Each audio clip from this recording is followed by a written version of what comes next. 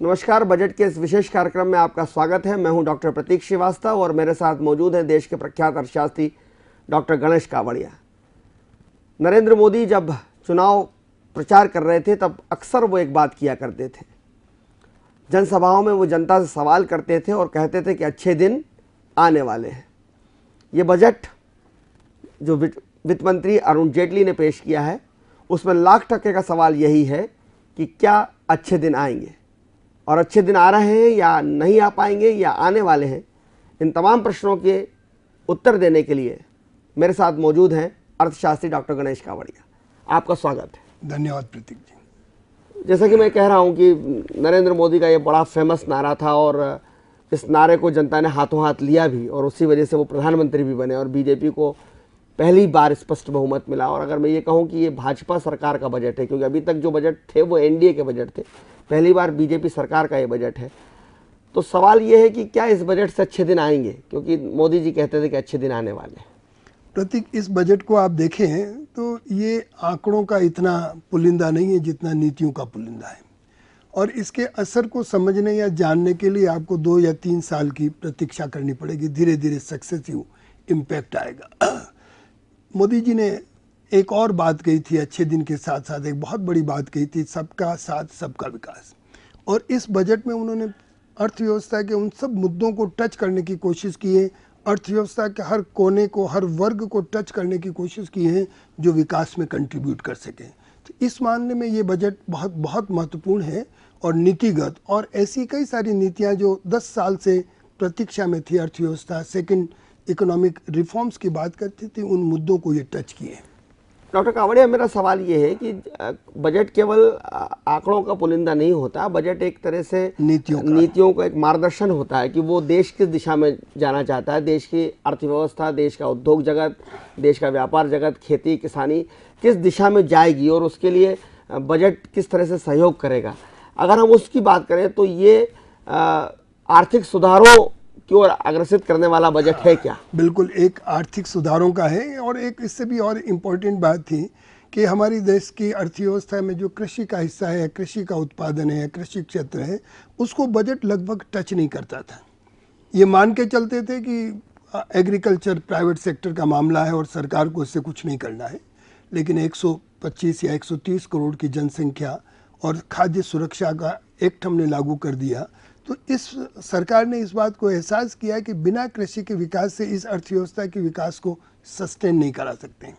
और इसलिए उन्होंने सबसे पहले कृषि को टैकल करने के लिए इरिगेशन में प्रधानमंत्री सिंचाई योजना लागू की, कृषकों के लिए कई सारे लोन और कैपिटल फंड क्रिएट किया है, सोलर एनर्जी से पंप चलाने के लिए 1000 करोड़ रुपए की व्यवस्था की है कि जैसे गांव में रिन्यूएबल एनर्जी का विकास हो। स्वचालित मिट्टी की जांच की प्रयोगशाला बनाई है, टीवी चैनल भी ला रहे हैं किसान टीवी 2 चैनल। कृषि विश्वविद्यालय बनाने की बात की। और दूसरा है कि उन्होंने ये एहसास किया कि जब तक हम रूरल इंफ्रास्ट्रक्चर या एग्रो इंफ्रास्ट्रक्चर का विकास नहीं करेंगे तो जो हमारे देश में 30 या 40% फलों का नुकसान हो जाता है मार्केट में आने के पहले, तो भंडारण पर जोर दिया जा रहा है, वेयर हाउसेस पे है, एग्रो इंफ्रास्ट्रक्चर पे है। और आप देखिए कि जब उन्होंने उद्योगों की बात की तो जो ऐसी मशीनरी जो फूड प्रोसेसिंग में काम आती है उनकी एक्साइज ड्यूटी को कम किया। तो पूरा का पूरा एक रोड मैप तैयार किया है कि हम एग्रीकल्चर को स्ट्रेंथन करें।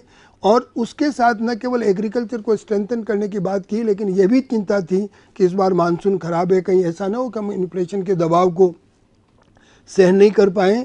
तो इन्फ्लेशन को कंट्रोल करने के लिए प्राइस स्टेबिलिटी फंड क्रिएट किया। और दूसरी तरफ फूड कॉर्पोरेशन ऑफ इंडिया का प्राइस स्टेबिलिटी फंड से किसानों को नुकसान नहीं होगा, क्योंकि उनको तो वो चाहते हैं कि उनकी कीमत, उनकी दाम, प्राइस स्टेबिलिटी फंड तो ये कि जब मार्केट में अचानक किसी तरह से शॉर्ट सप्लाई आ जाती है या जमाखोरों के द्वारा या मानसून के कारण, तो उस समय उस फंड का उपयोग करके मार्केट में सप्लाई को बढ़ाना है। तो ये पहली बार इस तरह का प्राइस और इन्फ्लेशन पर अटैक करने की कोशिश की है। तो इसका मतलब उन्होंने आम आदमी का पूरा ख्याल रखा। देखिए सर, जब नरेंद्र मोदी चुनाव लड़ रहे थे तब नरेंद्र मोदी अक्सर अपनी जनसभाओं में 3 बातें किया करते थे। एक तो वो चाय वाले की बात करते थे, चाय वाले को उन्होंने बहुत बड़ा इशू बनाया था, एक प्रतीक पुरुष बनाया था, खुद को चाय वाला उन्होंने बताया था, चाय वाला यानी कॉमन मैन। दूसरी बात वो करा करते थे, वो किसानों की बहुत बात करते थे, जिसका जिक्र आप भी कर रहे थे कि किसान मजबूत होना चाहिए। और तीसरी बात, उन्होंने जय किसान के साथ जय जवान का नारा भी दिया था, और वो अक्सर भारतीय सीमा की, भारतीय सुरक्षा की, भारतीय सैन्य बलों की बात करते थे। पाकिस्तान ने जो सैनिकों ने हमारे सैनिकों के सिर काटे थे, उसको उन्होंने बड़ा मुद्दा बनाया था। तो ये 3 बड़े चुनावी मुद्दों को लेकर वो काम कर रहे थे और जनता को उद्वेलित कर रहे थे। मैं एक अर्थशास्त्री के नाते आपसे सवाल करना चाहता हूँ कि ये जो तीनों उनके बड़े मुद्दे थे, कॉमन मैन को क्या मिला है, किसान को क्या मिला है, और सैनिक और सेना को क्या मिला, इसमें मैं चाहूँगा कि आप प्रकाश डालें। देखिए, उन्होंने जो भी कुछ सब्सिडी या गरीब लोगों की योजनाएं थी, चाहे वो नरेगा से संबंधित हो, चाहे फूड सिक्योरिटी की संबंधित हो, चाहे फूड सब्सिडी हो, फर्टिलाइजर सब्सिडी हो, इनमें किसी तरह की कर्टेलमेंट नहीं की। जो टारगेट है वो बना के रखा। और पहली बार उन्होंने कहा कि मैं एक्सपेंडिचर कमीशन, रिफॉर्म कमीशन के गठन कर रहा हूँ, और इनके सुझावों के आधार पर मैं आपको आगे के समय में ये बताऊंगा कि किस तरह से सब्सिडी का रेशनलाइजेशन किए। क्योंकि अल्टीमेटली उन्होंने ये भी प्रॉमिस किया था, और इस बजट में भी उन्होंने चर्चा की है, कि किसी तरह से हमें फिस्कल डेफिसिट को कम करना है। फिस्कल डेफिसिट मतलब सरकार बोरो कर रही है, और बोरो करके रीपेमेंट कौन करेगा? आने वाली जनरेशन। यानी हम आने वाली जनरेशन पर आज भार डाल रहे हैं, और उसका भुगतान कौन करेगा? आने वाला।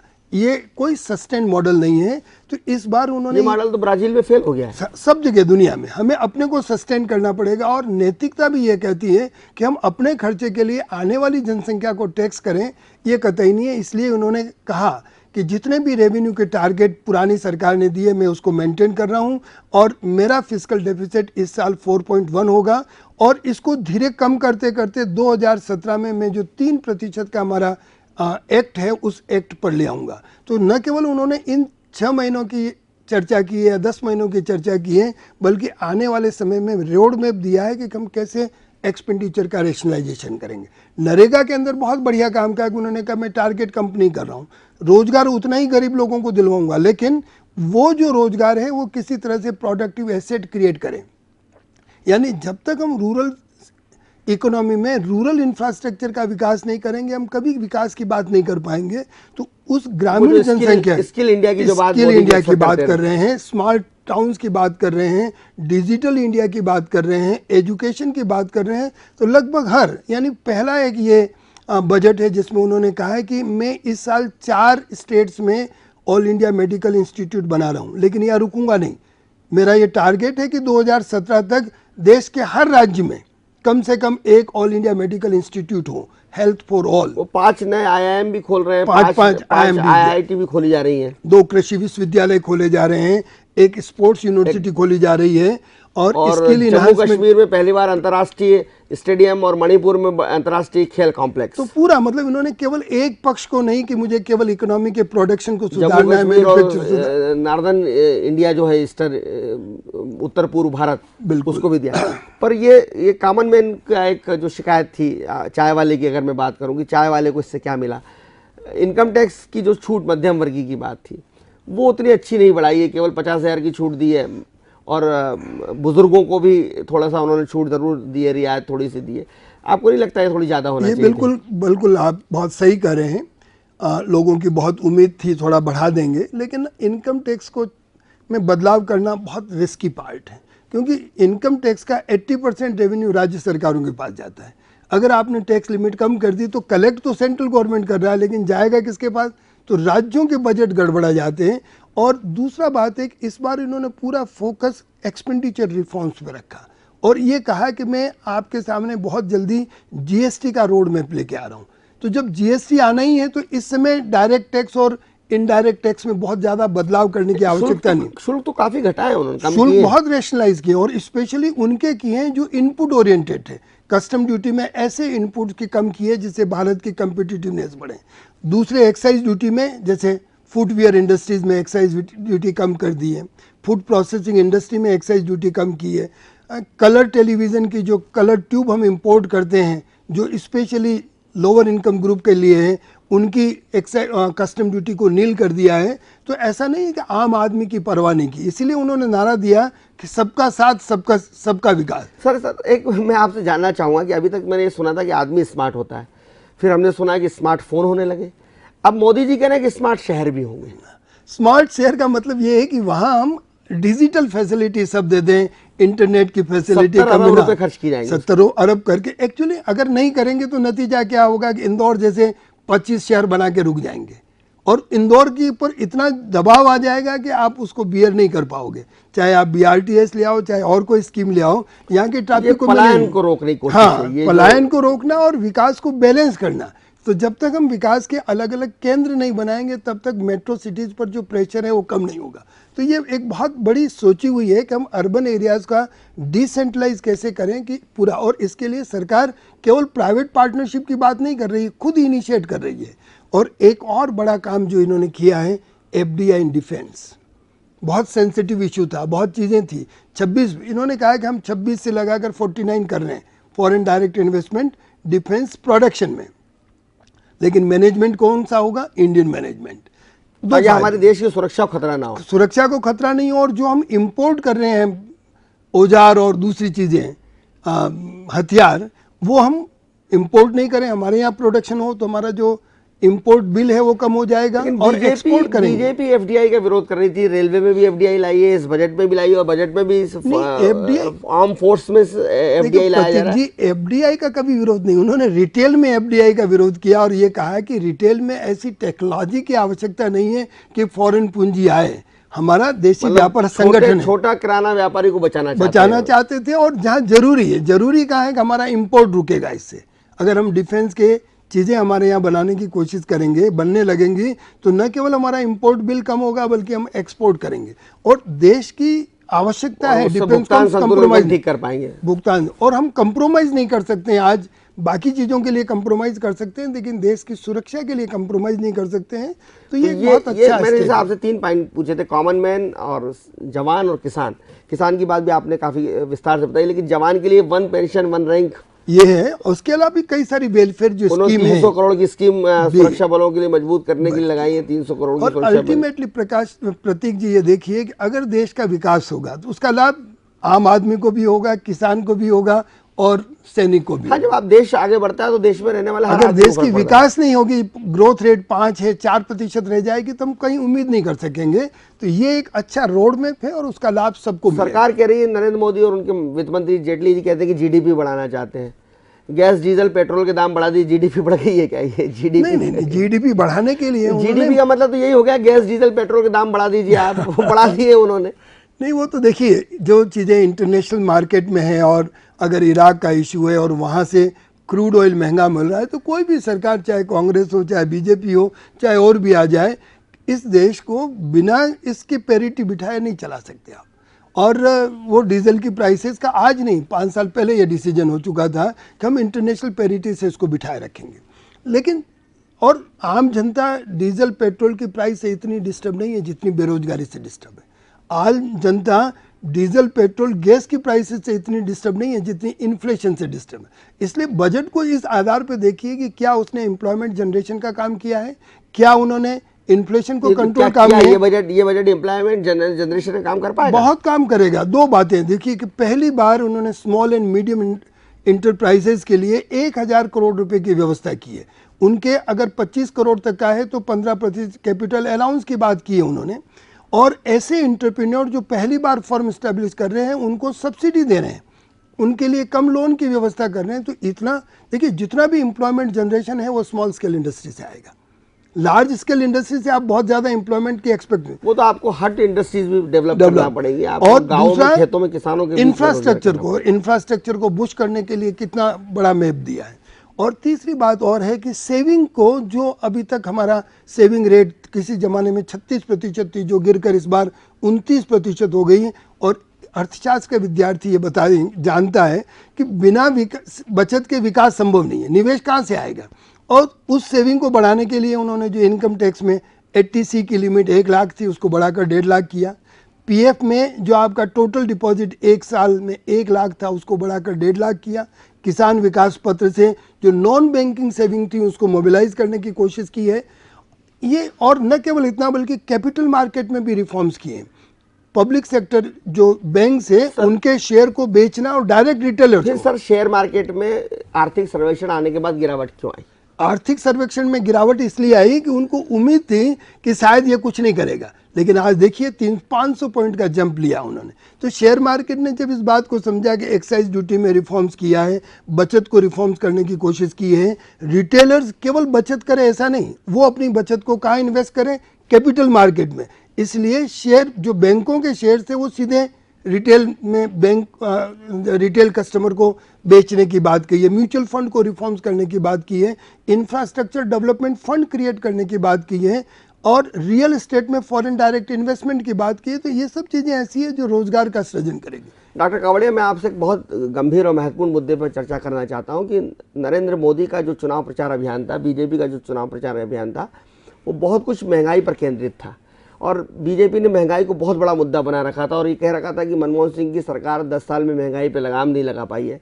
और अगर कल शहनाज हुसैन का भाषण सुने तो उन्होंने कहा था कि 10 साल तक मनमोहन सिंह सरकार महंगाई के मुद्दे पर सोती रही और आज संसद में जब चर्चा हो रही है तो कांग्रेस के युवराज राहुल भी सो रहे हैं। यानी कुल मिलाकर महंगाई बहुत बड़ा मुद्दा था और इस मुद्दे पर सरकार, जनता ने बीजेपी को बहुत ज़बरदस्त समर्थन दिया और शायद सरकार भी इसलिए बनी कि लोग महंगाई से त्रस्त थे, परेशान थे। मैं बजट बिल्कुल नहीं समझता और ज़्यादातर लोग बजट बिल्कुल नहीं समझते। मैं सीधा सीधा आपसे जानना चाहता हूँ एक अर्थशास्त्री के रूप पे कि क्या इस बजट से महंगाई कम हो जाएगी? देखिए, आप तो अर्थशास्त्र के विद्यार्थी हो, इसलिए ये कह दो कि मैं महंगाई नहीं समझता हूँ, बजट नहीं समझता हूँ, ये ठीक बात नहीं है। 2 कारणों से महंगाई आती है। एक मांग जनित इन्फ्लेशन जो मांग के कारण क्रिएट होता है, और दूसरा सप्लाई बॉटलनेक्स कि वस्तुओं की आपूर्ति नहीं बढ़ रही है इसलिए महंगाई। तो इस बजट में इस बात का पूरा फोकस किया है कि जो सप्लाई के बॉटलनेक्स हैं उनको कम करें, बिजली की आपूर्ति बढ़ाएं, आपकी सप्लाई बढ़ेगी। जो एग्रो इंफ्रास्ट्रक्चर को क्रिएट कर रहे हैं तो इसका मतलब किसान का माल खेत से बाजार तक पहुंचे, उसमें एफिशिएंसी आए, वेस्टेज नहीं आए, और इंडस्ट्री को अगर कम प्राइस पर रॉ मटेरियल मिलेगा, उसको एक्साइज और कस्टम में छूट मिलेगी तो इंडस्ट्री की कॉम्पिटिटिव है। और अगर लागत कम हो जाएगी तो इन्फ्लेशन कंट्रोल हुआ या नहीं हुआ। और बहुत ज़्यादा मांग नहीं बढ़े इसलिए सेविंग को चैनलाइज करने की कोशिश की कि आप इनकम टैक्स का बेनिफिट लेने के लिए बचत करो, ताकि रुपया बाजार में ना आए और विकास में जाए, निवेश में जाए, फिजिकल एसेट में नहीं जाए। और गोल्ड को नहीं टच किया इन्होंने। गोल्ड पर जो कस्टम ड्यूटी लगती है वो बनाए रखती है। इसका मतलब वो चाहते हैं कि लोग बचत तो करें लेकिन बचत फिजिकल एसेट में जाने के बजाय फिनेंशियल एसेट में आए, जिससे देश के विकास की रफ्तार। बचत करें लेकिन लोग सोना और प्रॉपर्टी ना खरीदें। जी, सोना और प्रॉपर्टी नहीं, लेकिन जिन लोगों को या जिन सीनियर सिटीजन को लगे कि प्रॉपर्टी में रिटर्न शेयर मार्केट से ज़्यादा है तो उनके लिए एक अलग से फंड क्रिएट किया। अगर आप सोचते हो कि भाई 50 लाख की एसेट है मैं कैसे खरीदूंगा, तो उनके लिए शेयर्स हैं। आप 1000 रुपये भी रियल एस्टेट में इन्वेस्ट कर सकते हो, 2000 रुपये भी रियलिटी सेक्टर। होम लोन पर भी छूट दिए, होम लोन पे भी छूट दिए, 1.5 लाख से बढ़ाकर 2 लाख कर दिया है। और आम व्यक्तियों के लिए लो कॉस्ट हाउसिंग के ऊपर बहुत फोकस किया है। तो इसलिए कुल मिलाकर देखें तो उन्होंने ब्रॉड बेस्ड चीज़ें करने की कोशिश की है। ये जरूर है कि उनसे बहुत उम्मीदें थी, सोच रहे थे कि कई सारे रिफॉर्म्स टैक्स के यहाँ आ जाएंगे, लेकिन बहुत स्लोली स्टेडी, और शायद उन्होंने ये सोचा है कि कंफर्टेबल मेजोरिटी मिली है। पूरे देश का मेरे पास विश्वास है, न केवल देश का बल्कि पूरे विश्व का विश्वास इस सरकार के प्रति है। तो उस अपॉर्चुनिटीज़ को, उस स्ट्रेंथ को बिजनेस में कन्वर्ट करने का पूरा प्रयास इन्होंने इस बजट में किया। तो ये स्लोगन वाला बजट नहीं है, ये लोक लुभावना बजट नहीं है, ये लोकप्रिय बजट नहीं है, ये कमिटमेंट का बजट है, डिलीवरी का बजट है और एक डिटर्मिनेशन का है। और कोशिश की है कि हम धीरे धीरे इस अर्थव्यवस्था को जो मंदी की या बीमारी की चपेट में आ रही है उसको बाहर के ले जाएं और देश के जनता के सामने खुशहाली का माहौल बनाने की कोशिश करें। नरेंद्र मोदी गुजराती हैं और गुजराती एक उद्यमी की छवि रखता है। कॉमन जो गुजराती है उसके बारे में कहा जाता है कि वो स्वप्नशील होता है, उद्यमी होता है, उसके पास एक विज़न होता है और बहुत सारे गुजराती उद्योगपतियों ने अपने आप को सिद्ध भी किया है। क्या इस बजट में नरेंद्र मोदी की उस विजन की कोई छाप आप देख पा रहे हैं? बिल्कुल बिल्कुल। देखिए, कितनी बार समस्या आई थी कि फॉरेन कैपिटल को उगाने के लिए जो हमारा एडीआर और जीडीआर हैं उसके कई सारे इश्यूज हैं। इस वित्त मंत्री ने एडीआर और जीडीआर को भी कवर किया और उसमें भी रिफॉर्म्स करने की बात की है। अलग कमेटी बनाई और कमेटी को टारगेट दिया कि 3 महीने में मुझे रिजल्ट चाहिए। न केवल यहाँ बल्कि आरबीआई के सामने भी एक रोड मैप रखा है कि हम अपने मॉनेटरी पॉलिसी के इंस्ट्रूमेंट को मॉडर्नाइज करें, कि जिसके कारण बाजार में जो भी हलचल हो उनके अनुकूल हम तत्काल पॉलिसी लागू कर सके। तो एक तरह से कंप्लीट रोड मैप तैयार किया है, और इसलिए इसको पॉलिटिकल बजट नहीं, बिजनेस बजट कहना चाहिए, प्रोफेशनल बजट कहना चाहिए, जिसमें उसने अर्थव्यवस्था के हर पहलू को टच करने की कोशिश की। सर्विसेज के अंदर बहुत इंपॉर्टेंट सेक्टर है, और सर्विस टैक्स में हमारा बहुत अच्छा रिसोर्स मोबिलाइजेशन हो रहा है। तो जो नेगेटिव लिस्ट की थी उसको कम किया और ब्रॉड बेस बनाने की कोशिश की।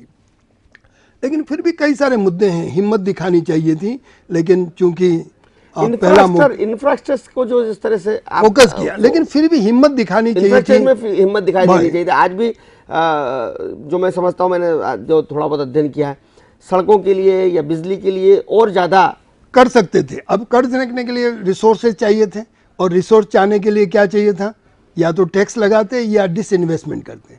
लेकिन वित्त मंत्री जी ने सोचा कि भारत की अर्थव्यवस्था है, इसको स्लोली आगे बढ़ाएं, अपनी क्षमताओं पर आगे बढ़ाएं, एक धक्का देकर अर्थव्यवस्था को नहीं रोकें। और इसलिए इन्होंने डिसइन्वेस्टमेंट का टारगेट भी बहुत स्लो रखा, 43,000 करोड़ का रखा। टैक्स जीडीपी रेशियो अगर हम देखें, भारत में टैक्स जीडीपी रेशियो आसपास के सब राष्ट्रों की तुलना में कम है। हमारा टैक्स जीडीपी रेशियो हार्डली 10.6% है, दुनिया में सबसे कम है। इसका मतलब टैक्स की बहुत स्कोप है, लेकिन टैक्स स्कोप बढ़ाने के पहले हमें टैक्स के अंदर जो तकलीफें हैं, टैक्स की लिटिगेशंस हैं, उनको रिफॉर्म करना है। इसलिए उन्होंने लिटिगेशंस को समाप्त करने की बात कही है, जितने में पुराने पेंडिंग केसेस हैं उनको रिमूव करने की बात कही है।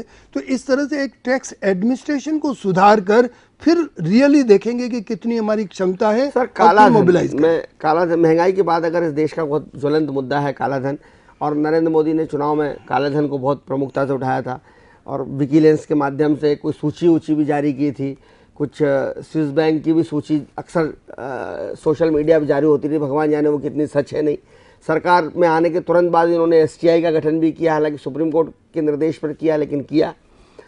तो काले धन लाने के लिए, काले धन लाएंगे विदेश का, वो एक अलग मुद्दा है। जो भारत में करोड़ों अरबों का जो काला धन है, उसको निकालने के लिए इस बजट में कहाँ कुछ नहीं किया है, ये जरूर कम है। लेकिन आप ये देखिए कि अगर हम कोई आज स्कीम ले आते हैं, उससे नहीं गुजारा होगा, हमें तो पहले कम से कम काला धन का जो क्रिएशन है उसको रोकना पड़ेगा, और उसको रोकने के लिए टैक्स एडमिनिस्ट्रेशन को सुधारना पड़ेगा। तो पहले पूरा का पूरा फोकस टैक्स एडमिनिस्ट्रेशन को रिफॉर्म करने का है। हम आईटी सेक्टर का उपयोग कर रहे हैं, ऑनलाइन फैसिलिटीज़ कर रहे हैं कि कम से कम अब टैक्स का लीकेज नहीं हो, और उसके बाद अनुमान लगाएं कि वास्तव में कितना काला धन हमारा है। जब तक अनुमान नहीं आए, डिग्री कितनी प्रॉब्लम नहीं है, और उसके पहले सोल्यूशन, और फिर इथिकल भी नहीं है। आप ये कह दो कि मैंने 10 साल से काला धन बनाया है, अब इसको इसमें कन्वर्ट कर लो, ठीक बात नहीं है। तो इस तरह से एक स्लो एंड स्टेडी पाथ की चलने की बजट में थोड़ा बहुत कहीं ना कहीं थोड़ा सा एक पक्षपात भी दिखाई देता है बजट के अंदर। अगर मैं आपको उल्लेख करना चाहूँ कि बजट में कहीं ना कहीं आप देखें कि मोदी जी वाराणसी से जीत के आए हैं, गंगा की सफाई के लिए काफ़ी उन्होंने पैसा दिया है, और हथकरघा जो बुनकर है वहाँ का वाराणसी का, उस बुनकर के लिए भी उन्होंने काफ़ी योजनाएं बनाई हैं। अहमदाबाद में मेट्रो की बात वो कर रहे हैं। तो अब ऐसा तो नहीं अंधा बाटे रेवड़ी, नहीं ऐसा देखिए, मतलब कहीं भी करेंगे, कल मध्य प्रदेश को कह दोगे तो कहेंगे ये तो इनका राज्य है, राजस्थान में कोई करेंगे तो बोले ये बीजेपी का है, आंध्र प्रदेश में करेंगे तो बोले वही है। लेकिन जम्मू कश्मीर में तो किया है, मणिपुर में भी तो किया है उन्होंने जाके, आसाम में भी किया। यानी मैं ये कह रहा हूँ कि सबका साथ सबका विकास। इस बार उन्होंने बजट में हर राज्य को कुछ देने की कोशिश की है, चाहे चेन्नई हो, चाहे वेस्ट बंगाल हो, चाहे उधर नॉर्थ ईस्ट हो। नॉर्थ ईस्ट के विकास के लिए तो अलग फंड रखा, उसके लिए रेलवे के विकास के लिए अलग से फंड क्रिएट किया है। तो मुझे लगता है कि पूरा बैलेंस करने की कोशिश की है, और वो केवल इस निगाह से बजट को नहीं पेश किया है या बनाया गया है कि वो गुजराती हैं या बनारस से जीत के आए हैं। मैं आपको बताता हूँ, वो गुजराती हैं, इस बजट से उन्होंने उस तरह से बनाया है, और मुझे लगता है कि वो उस पर आलोचना भी होगी और होनी भी चाहिए। हम मायावती की हमेशा इस बात के लिए आलोचना करते रहे कि वो अपनी प्रतिमाएं खड़ी करती रहती हैं, काशीराम की प्रतिमा लगाती हैं, खुद की लगाती हैं, अम्बेडकर की लगाती हैं, बुद्ध की लगाती हैं। सरदार पटेल निश्चित रूप से आदरणीय है, भारत के एकीकरण के नायक हैं, स्वतंत्रता संग्राम सेनानी है। मैं बहुत श्रद्धा उनकी करता हूँ, बहुत सम्मान करता हूँ, पर एक महानायक की प्रतिमा के लिए 200 करोड़ रुपए ये गरीब देश डाल दे, कहाँ तक वो दुनिया चीज़- की सबसे बड़ी बना रहे हैं। और एक अगर भारत की इंटीग्रिटी को प्रतीक बनाकर अगर कोई उसके ऊपर कर रहा है तो ये राष्ट्रीयता है। ये Nationalism। आप राष्ट्रवादी भारतीय की तरह जवाब मत दीजिए, एक अर्थशास्त्री की तरह जवाब दीजिए डॉक्टर कावड़िया। क्या एक प्रतिमा के लिए 200 करोड़ रुपए दे देना आप फिजूल खर्ची नहीं मानते? नहीं, कतई उत्पादक व्यय नहीं है आपकी कतई भाषा नहीं। में ये। अगर किसी तरह से राष्ट्र की धरोहर बचती है तो 200 करोड़ का खर्च कोई अर्थ नहीं रखता है। राष्ट्र की धरोहर और राष्ट्र का इंटीग्रेशन, आज अगर राष्ट्र कहीं किसी मुद्दे पे डिसइंटीग्रेट हो और उसकी प्रतिमा से प्रेरित होकर हम इस देश की अखंडता को बनाए रख सकें, पहले तो कहा बहुत गया था बड़ी कि हम बात है। 200 50 ग्राम 100 ग्राम 1 किलो लोहा पूरे देश से इकट्ठा करेंगे। अब सरकार आ गई तो 200 करोड़ रुपए हम प्रतिमा पर लगा देंगे। हाँ, ये कुछ इश्यूज हैं, लेकिन देश की राष्ट्रीयता के लिए के सामने ये 200 करोड़ का कुछ अर्थ नहीं रखता। अखंडता इम्पोर्टेंट है और जिन लोगों ने इस अखंडता को बनाए रखने के लिए इसकी अलग अलग रियासतों को इकट्ठा करके एक माला में पिरोया है, उस लीडरशिप को अगर हम एक छोटा सा नमन करते हैं तो I think this is the हम सब की ड्यूटी है कि उसके साथ सहयोग करें और कंट्रीब्यूट करें। सर, जो नौजवान हमारा है जिसके बारे में कहा जा रहा है कि उसको मजबूत बनाना है, स्किल इंडिया, आपने हालांकि जिक्र भी किया हल्का सा एक कि कृषि विश्वविद्यालय खुल रहे हैं, आईआईएम खुल रहे हैं, एम्स खुल रहे हैं, आईआईटी खुल रही है, लेकिन एक गांव का जो नौजवान है और जो खेतों में काम करता है, खलिहानों में काम करता है, बेरोजगारी से वो परेशान है, तो उसके लिए इस बजट में और ITIs खोले हैं, स्किल डेवलपमेंट की प्रोग्राम हायर लेवल पे नहीं, लो लेवल पे कैसे हम स्किल क्रिएट करें छोटी छोटी चीज़ों के लिए, उनके लिए एक्सटेंड किया है। यूजीसी भी सोच रही है उसके लिए स्कूल एजुकेशन भी सोच रहा है कि हम ऐसा स्ट्रक्चर करें कि हमारा बच्चा जो यूथ है और बेरोजगार है उसको इतनी स्किल दे दें कि वो अपना एम्प्लॉयमेंट जनरेट कर सके। और इस दिशा में, और सबसे बड़ी बात है कि नरेगा के अंदर जो एसेट क्रिएट उसका नाम बदलना कितना जस्टिफाई है? वो उसको श्यामा प्रसाद मुखर्जी नहीं, उसका नाम नहीं, वो तो वही रख रहे हैं, लेकिन केवल ये कहा है कि नरेगा के अंदर जो अब एसेट क्रिएट होगी वो प्रोडक्टिव होगी, केवल रोजगार श्यामा नहीं। प्रसाद मुखर्जी का नाम पर भी एक योजना चालू करने ये वाले हैं। हाँ, लेकिन नरेगा के अंदर तो उन्होंने कहा कि भाई आप इतना रोजगार क्रिएट कर रहे हो तो ऐसी प्रोडक्टिव एसेट बननी चाहिए जो उस गांव के इंफ्रास्ट्रक्चर के विकास में काम आए। केवल ऐसा नहीं कि रोजगार क्रिएट किया और ख़त्म हो गई एसेट। तो इस तरह से लिंक करके और रेशनैलिटी का पता लगा रहे हैं। और ये सब वेलफेयर स्कीम चाहे SC ST से रिलेटेड हो, चाहे नॉर्थ ईस्ट से, महिला एक बहुत बड़ा तबका है। हाँ, और महिलाओं ने और युवाओं ने ही नरेंद्र मोदी जी की सरकार बनवाई है। मध्य प्रदेश में तो महिलाओं के लिए बहुत काम होता है, लाली लक्ष्मी उसी से प्रेरित होकर बेटी बचाओ और महिला बचाओ करा है। तो कहीं ना कहीं हम ये कह सकते हैं कि शिवराज सिंह सरकार की किसी एक अच्छी योजनाओं को अब राष्ट्रीय स्तर पर लागू बिल्कुल, उन्होंने जिन जिन राज्यों की अच्छी सही, तमिलनाडु की अगर अच्छी योजना थी फूड सिक्योरिटी एक्ट, और फिर उसको उन्होंने लिया, हमारी बेटी बचाओ बेटी बढ़ाओ अभियान वाला ये मुद्दा लिया। तो ऐसे जो वास्तव में देश की आवश्यकता है, अर्थव्यवस्था की आवश्यकता है, उनको समझा और उसको उन्होंने इस बजट में इनकॉर्पोरेट किया है। क्योंकि वो महिला बेटी बचाओ बेटी बढ़ाओ तो ठीक है अपनी जगह, महिला महंगाई बचाओ से बहुत परेशान है, महंगाई रोकना चाहिए। महंगाई को कंट्रोल करने के लिए बहुत विजनरी है। आपको लगता है बजट महंगाई को रोक पाएगा? 100% महंगाई को रोकेगा। आप देखिए कि इसके 2-3 महीने में रिजल्ट आने लगेंगे।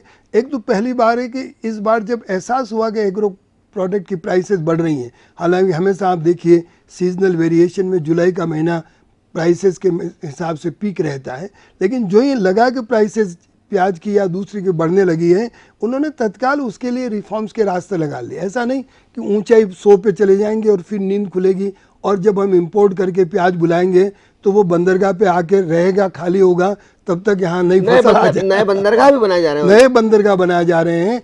और कुछ हवाई अड्डों को सेकेंड टियर सिटी में भी एयरपोर्ट बना रहे हैं और वहाँ प्राइवेट पार्टनरशिप, 2 बातें खूब इस बजट में निकली है। एक तो PPP मॉडल, प्राइवेट पार्टनरशिप और प्राइवेट पब्लिक पार्टनरशिप, और दूसरा FDI, और इन दोनों के इम्पैक्ट आएंगे मैन्युफैक्चरिंग सेक्टर के विकास में, and that will create job also.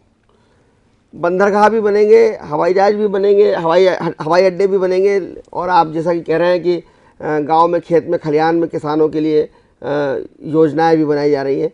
लेकिन फिर भी 10 साल में बीजेपी के सारे नेता ये कहते रहे हैं, छोटे बड़े, शहनवाज हुसैन से लेकर कैलाश विजयवर्गीय तक, कि खजाना खाली मिला है, अर्थव्यवस्था लचर है, ख़त्म हो गया है। इस बजट में वो कुछ असर दिखाई दिया आपको? नहीं, वो पॉलिटिकल स्लोगन हो सकता है। हमारे पास खाद्यान्न का बहुत बड़ा स्टॉक है, इसीलिए उन्होंने कहा कि हम महंगाई नहीं, विदेशी मुद्रा का 300 बिलियन का भंडार है, और इसीलिए इतनी कॉन्फिडेंटली उन्होंने इन रिफॉर्म्स को लागू किया। तो मतलब राजनीतिक झूठ एक लगातार बोला जाता रहा भाजपा की तरफ से डॉक्टर कावड़िया की खजाना खाली है, खजाना खाली इस मामले में कहा कि जो फिजिकल डेफिसिट का टारगेट साल भर में 100% का होना चाहिए, 45% 2 महीने में खर्च हो गया। ये मतलब वो तो चुनाव हुए तो एक बड़ा इतना, तो फिजिकल डेफिसिट का जो साल भर का टारगेट था वो 2 महीने में आधा पूरा हो गया। पर 2 महीने में आप देखिए कि देश ने विधानसभाओं के चुनाव भी झेले और देश का चुनाव भी झेला। हाँ, तो ये इस मायने में है कि हमारा फिजिकल डेफिसिट, बोरोइंग्स बढ़ रहा है, बैंकों का एनपीए बढ़ रहा है, उनको रेशनलाइज करने की आवश्यकता है। डॉक्टर कावड़िया के मुताबिक ये बजट बहुत अच्छा है और इसके असर धीरे धीरे आने लगेंगे। असर सामने आने में कुछ समय ज़रूर लगेगा, लेकिन असर सकारात्मक आएंगे, अच्छे आएंगे। और अगर डॉक्टर कावड़िया के विश्लेषण को अगर हम उसके सुर को पकड़ना चाहें, उसके लय और ताल को पकड़ना चाहें, तो अच्छे दिन आने वाले हैं। बहुत धन्यवाद डॉक्टर कावड़िया आपका, इस उम्मीद के साथ कि सच में अच्छे दिन आएंगे। Thank you Prateek.